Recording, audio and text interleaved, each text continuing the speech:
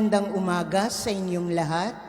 Malugod na pagtanggap sa St. Joseph Parish, Gagalangin sa ika-6 ng umagang banal na misa sa pagdiriwang ng liturhiya ngayong Huwebes, ika-4 na linggo ng Pasko ng Pagkabuhay at paggunita kay San Isidro Labrador, magsasaka. Tumayo po ang lahat at tayo'y makiisa sa banal na misa na pamumunuan ng ating Kura Paroko, Reverendo Padre Douglas Badong.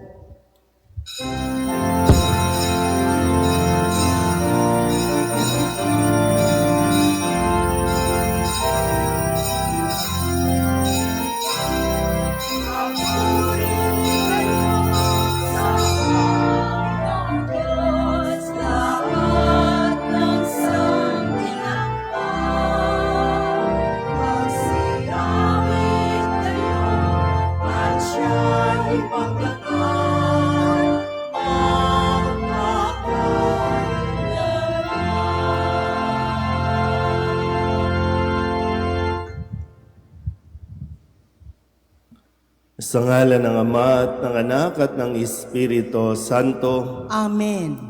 Ang pagpapala ng ating Panginoong Hesus Kristo, ang pag-ibig ng Diyos Ama, at ang makikipagkaisa ng Espiritu Santo naway sumainyong lahat. At sumaiyo rin. Ngayon po ay ginugunita natin ang kapisahan ni San Isidro, isang magsasaka. Mga kapatid, aminin natin ang ating mga kasalanan upang tayo'y maging marapat gumanap sa banal na pagdiriwang. Inaamin ko sa makapangyarihang Diyos at sa inyo mga kapatid na lubha akong nagkasala sa isip, sa salita at sa gawa at sa aking pagkukulang. Kaya isinasamo ko sa mahal na Birheng Maria, sa lahat ng mga anghel at mga banal, at sa inyo mga kapatid, na ako'y panalangin sa Panginoong ating Diyos. Kawaan tayo ng makapangyarihang Diyos, patawarin tayo sa ating mga kasalanan, at patnubayan tayo sa buhay na walang hanggan. Amen. Panginoon, kaawaan mo kami. Panginoon, kaawaan mo kami. Kristo, kaawaan mo kami. Kristo, kaawaan mo kami. Panginoon, kaawaan mo kami. Panginoon, kaawaan mo kami. Manalangin tayo. Ama naming makapangyarihan, ikaw ang may-ari sa tanang kinapal, at ikaw ang tumatawag sa aming paglilingkod para pangasiwaan ang tanang umiiral sa sansinukob. Ang maasahang pagganap ni San Isidro sa kanyang pagsasaka ay amin nawang matularan sa lahat ng aming pagsisikap na magkaroon ng makakain ang lahat sa masaganang hapag ng buhay at maglingkod sa kapakanan ng aming kapwa-tao. Sa pamamagitan ni Jesucristo, kasama ng Espiritu Santo, magpasawalang hanggan. Amen.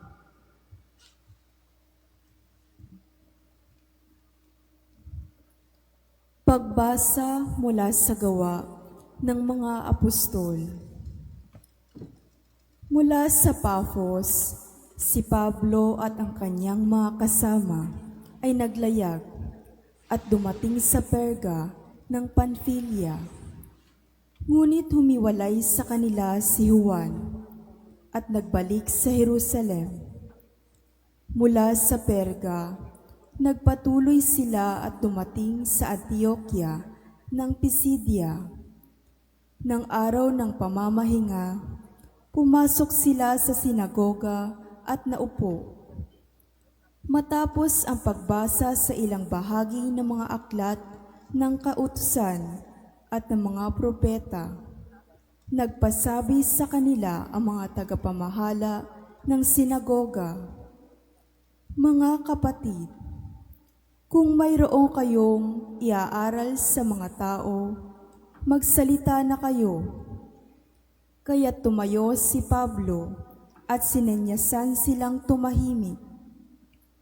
Mga Israelita at mga taong may takot sa Diyos, makinig kayo.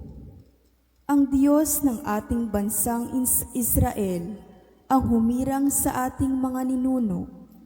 Sila'y ginawa niyang isang malaking bansa, samantalang naninirahan sa lupain ng Ehipto. Inilabas doon sa pamamagitan ng kanyang dakilang kapangyarihan at pinagtiisan sa ilang sa loob ng halos 40 taon.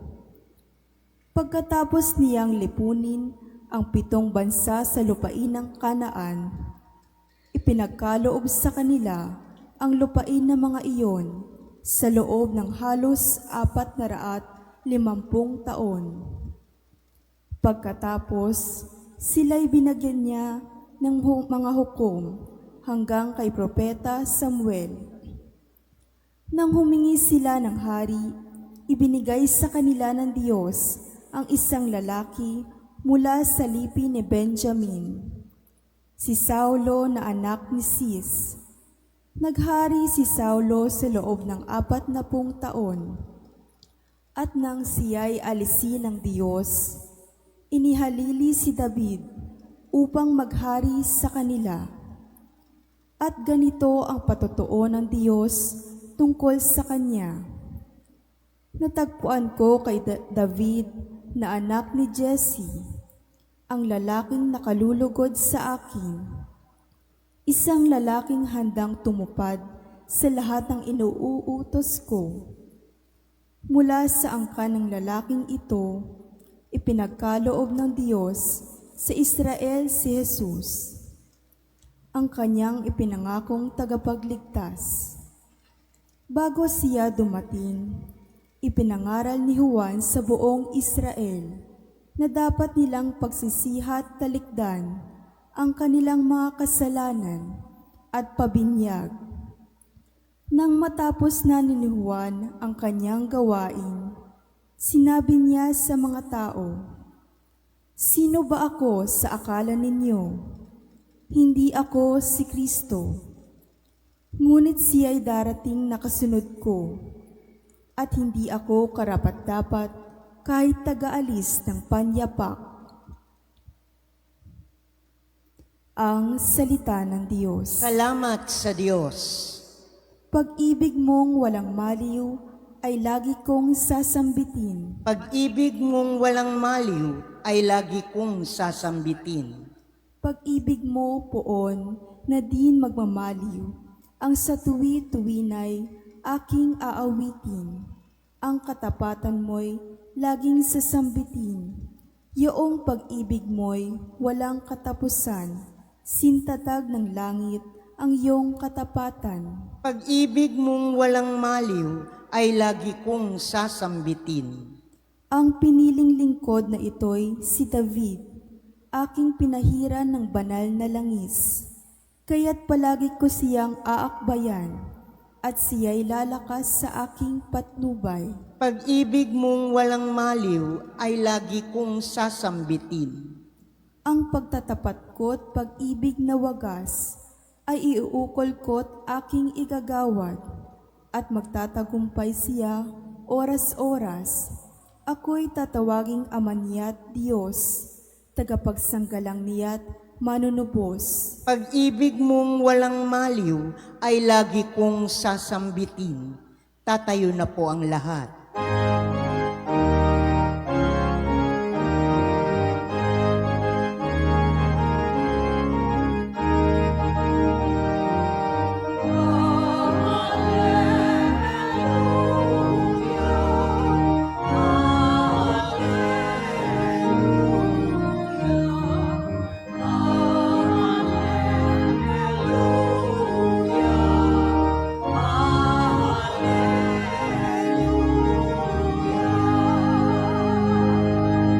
Si Hesukristo ay tapat, saksi at buhay ng lahat. Tayo'y kanyang iniligtas.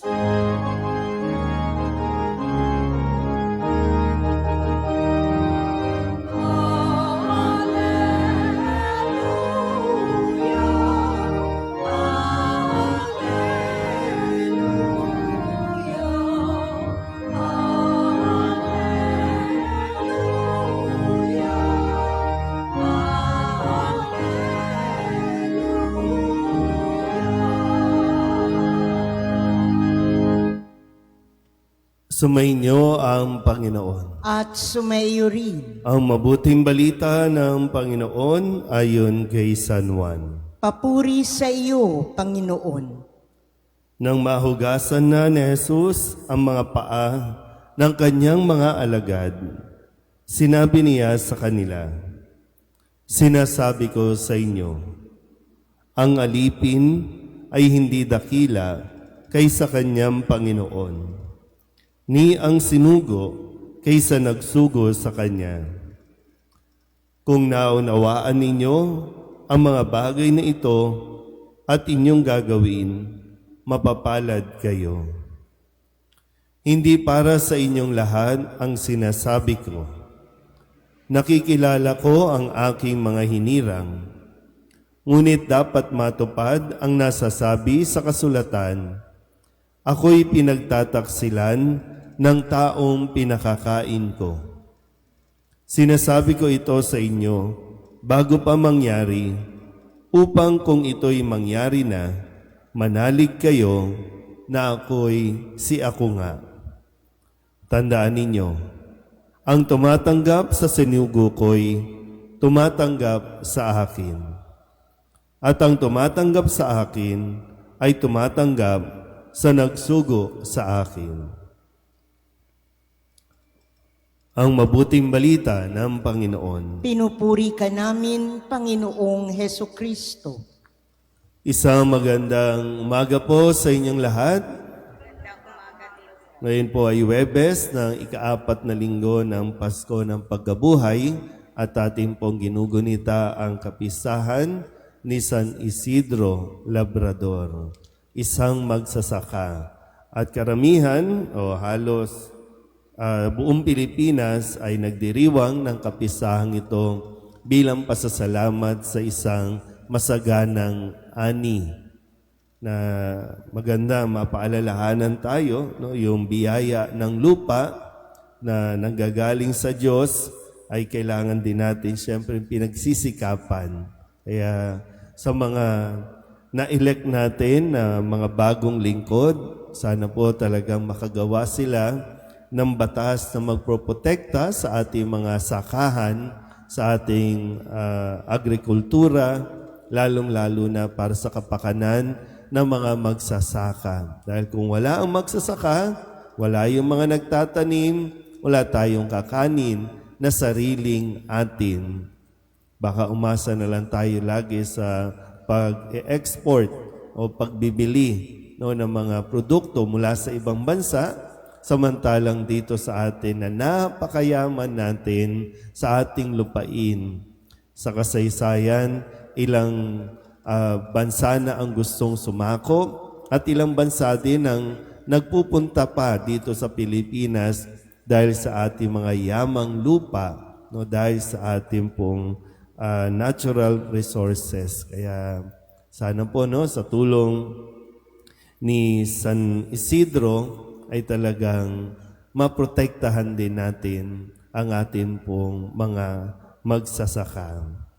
At sa ating pong Ebanghelyo, pinaalala sa atin ni Jesus, ito po yung tagpo, no, ng bago pa si Jesus ay magpakasakit, ipako at mamatay sa krus. Ito binabalik tayo ulit doon sa tagpo kung saan ipinakita ni Jesus kung ano ang tunay na kahulugan ng paglilingkod. Na siya bilang Panginoon ang naghugas ng kanilang mga paa.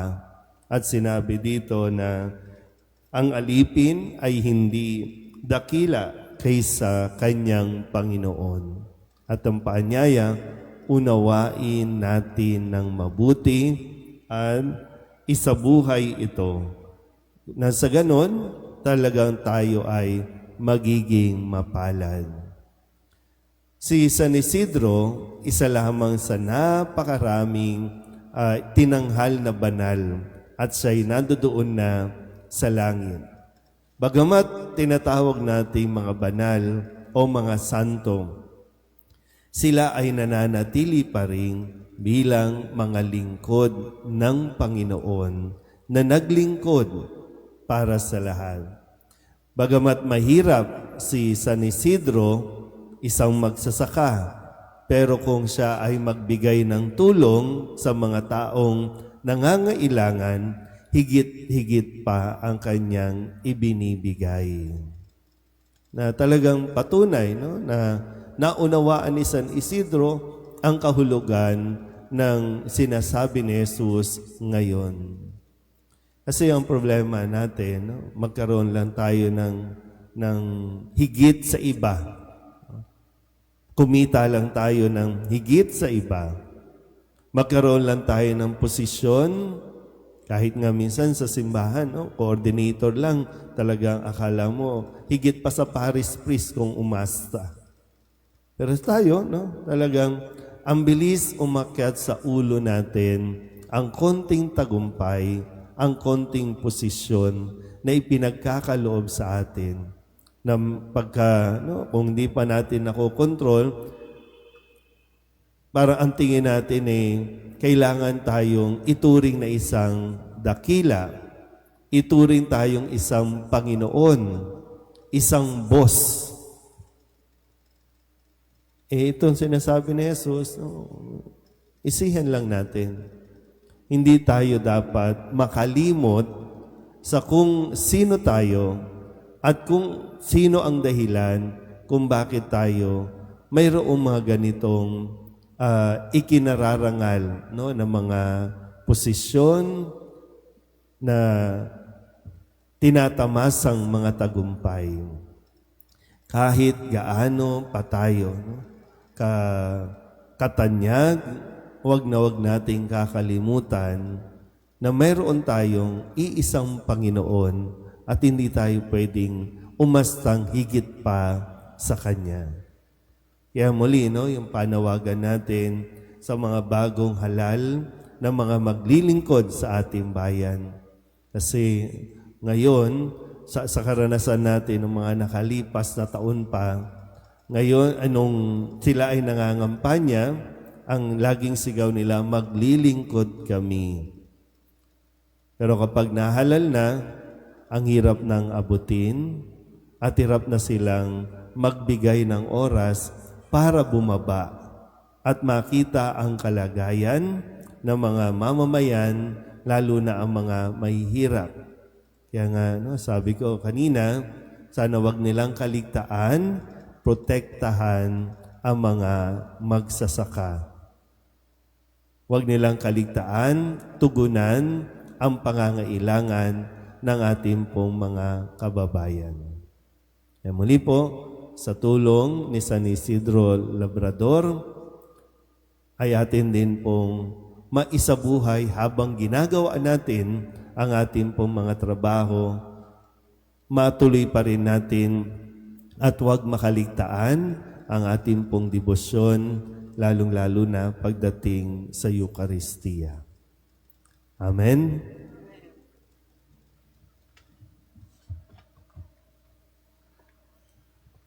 Habang nagkakatipon tayo ngayon bilang isang bayang nangangailangan, manalangin tayo ng may pusong nagpapakumbaba sa Diyos, Ama, taglayang pagtitiwala sa Kanyang dakilang habag. Ang ating tutugon, Ama, pagpalain mo kami kay Kristo. Ama, pagpalain mo kami kay Kristo. Ang mga namumuno sa simbahan, naway panatilihing buhay ang kanilang pagtatalaga ng sarili sa pangangaral ng Ebanghelyo. Manalangin tayo sa Panginoon. Ama, pagpalain mo kami kay Kristo. Ang mga pinagkatiwalaan ng pamumuno, naway mag-akay at maging gabay ng mga tao sa diwa ng paglilingkod. Manalangin tayo sa Panginoon. Ama, pagpalain mo kami kay Kristo. Ang mga tumalikod sa kanilang pananampalataya, naway mahikayat pabalik sa pamilya ng Diyos. Manalangin tayo sa Panginoon. Ama, pagpalain mo kami kay Kristo. Ang mga pinanghihinaan ng loob dahil sa pagdarahop at karamdaman, naway makatagpo ng lakas at ginhawa mula kay Jesus na nagtagumpay sa kasalanan at kamatayan. Manalangin tayo sa Panginoon. Ama, pagpalain mo kami kay Kristo. Ang mga namayapang tapat sa Panginoon, naway makatanggap ng kanilang walang katapusang gantimpala. Manalangin tayo sa Panginoon. Ama, pagpalain mo kami kay Kristo. Idulog din natin sa Panginoon ang ating mga personal na kahilingan at mga panalangin para sa ating mga pamilya. Kasama din ang mga kahilingan ng mga nanonood sa online. Lahat ng mga misang pasasalamat, espesyal na intensyon, agarang paggaling ng mga may sakit, at ang lahat ng mga kaluluwa na inihiling na ipagdasal sa misang ito.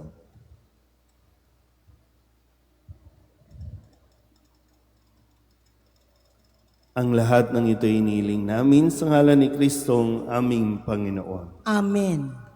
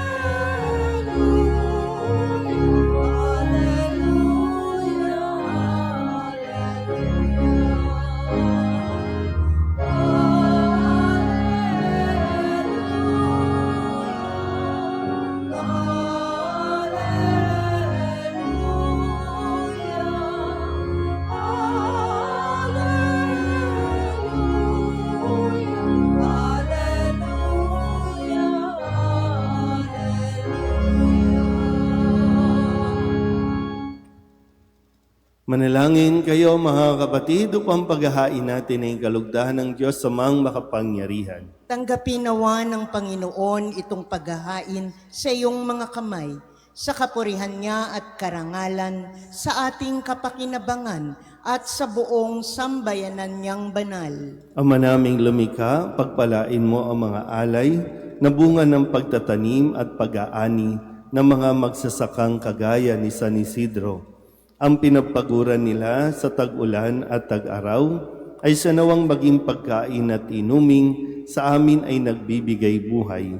Sa pamamagitan ni Jesucristo, kasama ng Espiritu Santo, magpasawalang hanggan. Amen. Sumainyo ang Panginoon. At sumaiyo rin. Itaas sa Diyos ang inyong puso at diwa. Itinaas na namin sa Panginoon. Pasalamatan natin ang Panginoong ating Diyos. Marapat na siya'y pasalamatan. Ama naming makapangyarihan, tunay ngang marapat na ikaw ay aming pasalamatan. Ang pagpaparangal sa iyong kabutihay, lagi mong pinaalingaw-ngaw sa iyong sambayanan, sa pagkakaroon ng mga kaanib na maaasahan at tapat tulad mo sa pananagutan, upang magbunga ang punyagi ng iyong anak na sa iyong pag-ibig kami makatulad. Ang mga banal na tao'y tumutulong sa lahat sa pagbibigay halimbawa't pananalangin wagas. Kaya kaysa ng mga anghel na nagsisiawit ng papuri sa iyo na walang humpay sa kalangitan, kami nagbubunyi sa iyong kadakilaan.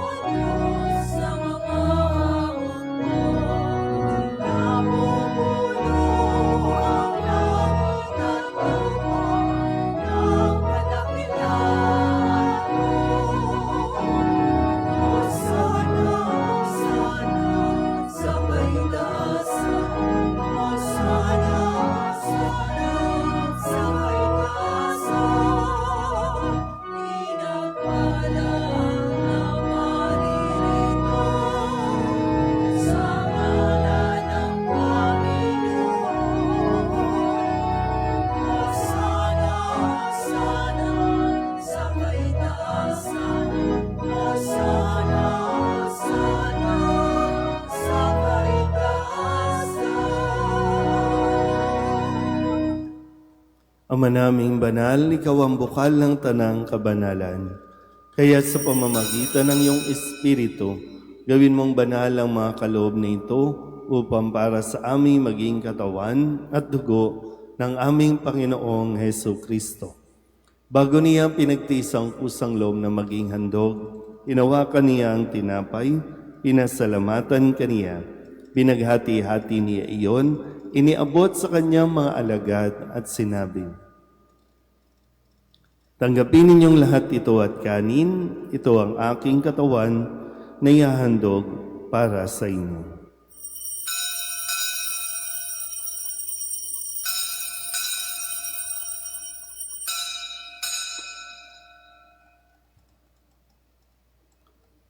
Gayun din naman nang matapos ang hapunan, hinawakan niya ang kalis, muli kaniyang pinasalamatan. Iniabot niya ang kalis sa kanyang mga alagad at sinabi, "Tanggapin ninyong lahat ito at inumin. Ito ang kalis ng aking dugo, ng bago at walang hanggang tipan. Ang aking dugo na ibubuhos para sa inyo at para sa lahat, sa ikapagpapatawad ng mga kasalanan. Gawin ninyo ito sa pag-alaala sa akin."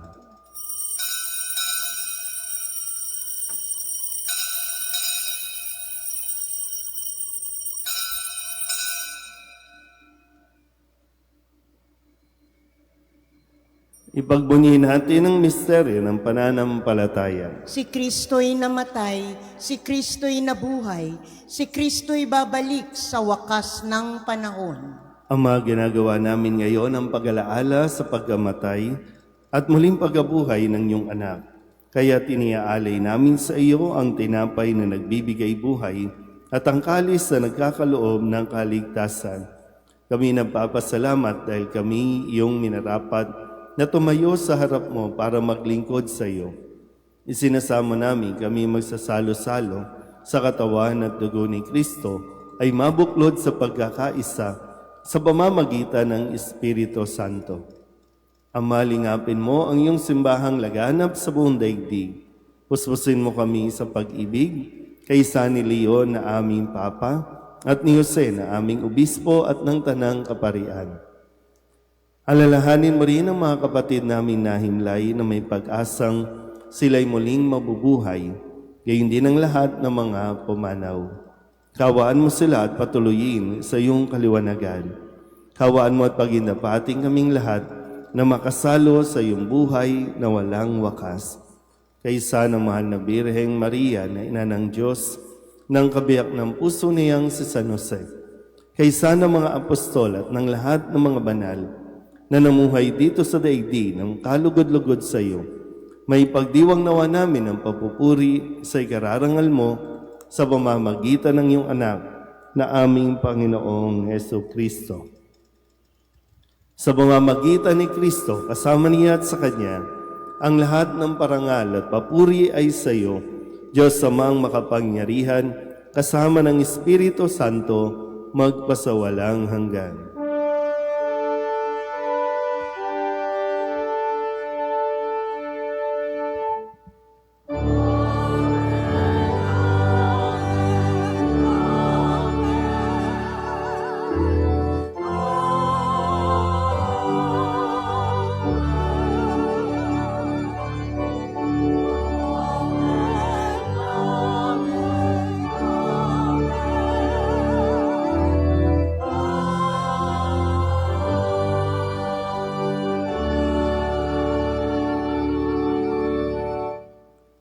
Sa tagubilin ng mga nakagagaling na utos at turo ni Jesus sa Panginoon natin at Diyos, ipahayag natin ang lakas loob.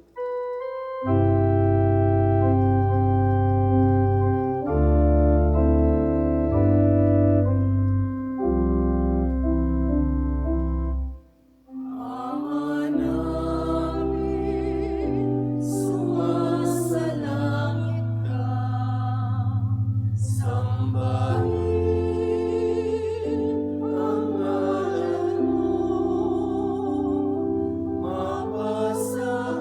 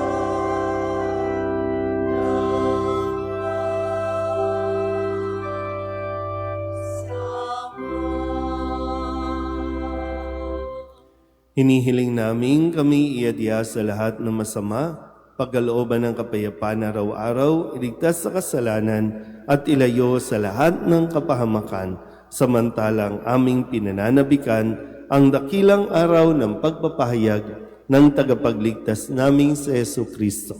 Sapagkat iyo ang kaharian at ang kapangyarihan at ang kapurihan, magpakailanman. Amen.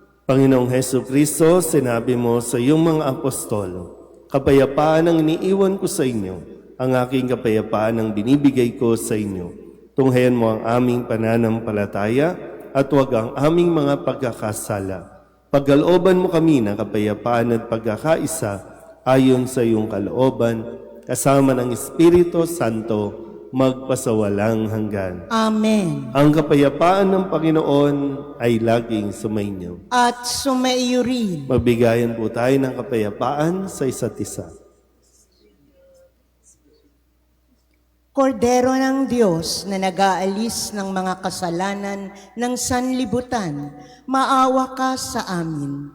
Kordero ng Diyos na nag-aalis ng mga kasalanan ng sanlibutan, maawa ka sa amin. Kordero ng Diyos na nag-aalis ng mga kasalanan ng sanlibutan, ipagkaloob mo sa amin ang kapayapaan. Ito ang kordero ng Diyos. Ito ang nag-aalis ng kasalanan ng sanlibutan. Mapalad ang mga inaanyayahan sa kanyang piging. Panginoon, hindi ako karapat-dapat na magpatuloy sa iyo, ngunit sa isang salita mo lamang ay gagaling na ako.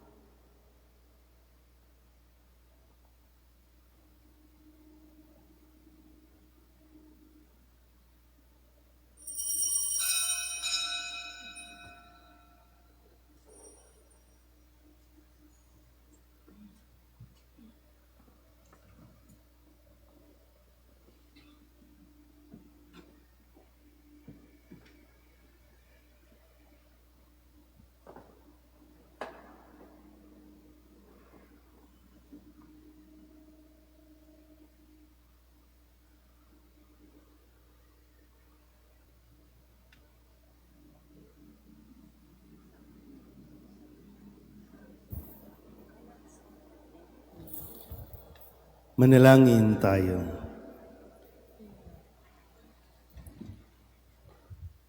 Ama naming mapagmahal, ipinagpapasalamat namin itong aming pagsasalo sa tanim at ani ng mga magsasakang katulad ni San Isidro na iyong idinangal. Ang kanyang malasakit na paglingkuran ka at ang kapwa ay siya nawang umiral sa aming pagsisikap na hainan ang lahat ng iyong bigay nakakanin sa araw-araw sa pamamagitan ni Jesucristo kasama ng Espiritu Santo magpasawalang hanggan. Amen. Sumainyo ang Panginoon. At sumainyo rin. At pagpalain kayo ng makapangyarihang Diyos, Ama at Anak at Espiritu Santo. Amen. Tapos ang banal na misa, humayo tayo sa kapayapaan ni Kristo. Salamat sa Diyos. Magandang umaga po.